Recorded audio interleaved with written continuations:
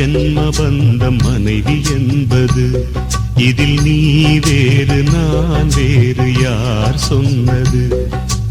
ஏழேழு ஜென்ம பந்தம் மனைவி என்பது.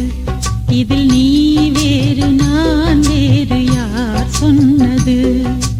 கல்யாணமே ஒரு தெய்வீகமே, சம்சாரமே அதன் சந்தோஷமே. ஒரு வானும் நிலவும் பிரிந்து வாழுமா? ஏழேழு ஜென்ம பந்தம் மனைவி என்பது. இதில் நீ வேறு நான் வேறு யார் சொன்னது?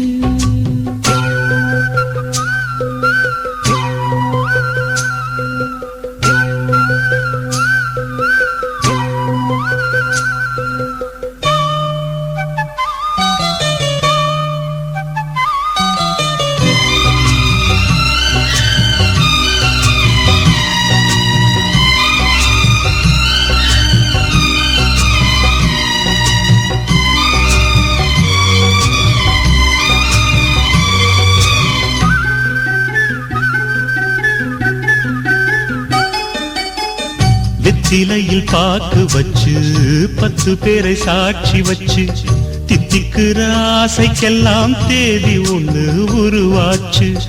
அக்னியை சாட்சி வச்சு கை விரலை சேர்த்து வச்சு இன்பம் துன்பம் இரண்டிலுமே இணைந்திருக்க முடிவாச்சு.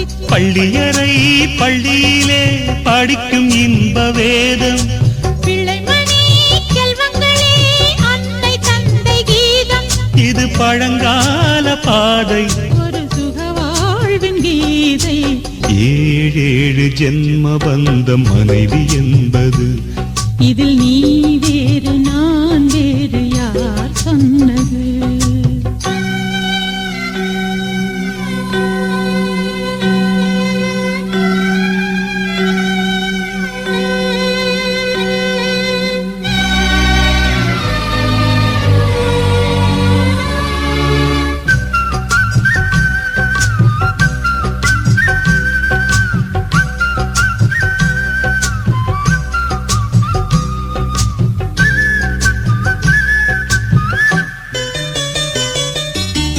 சந்தனத்து மழையடிக்க சந்திரனும் கொடை பிடிக்க செங்கமல சூரியன் போல் செல்ல மகன் பிறப்பானே.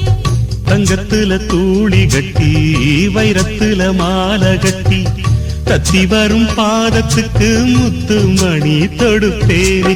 துள்ளி வரும் பிள்ளையா தூய கங்கை மீன். செம்பவள வாய் திறந்தா சிந்திச்சி தரும் தேனு.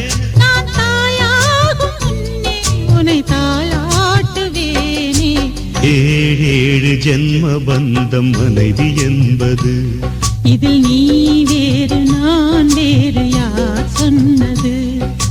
கல்யாணமே ஒரு தெய்வீகமே, சம்சாரமே அதன் சந்தோஷமே. ஒரு வானும் நிலவும் பிரிந்து வாழுமா?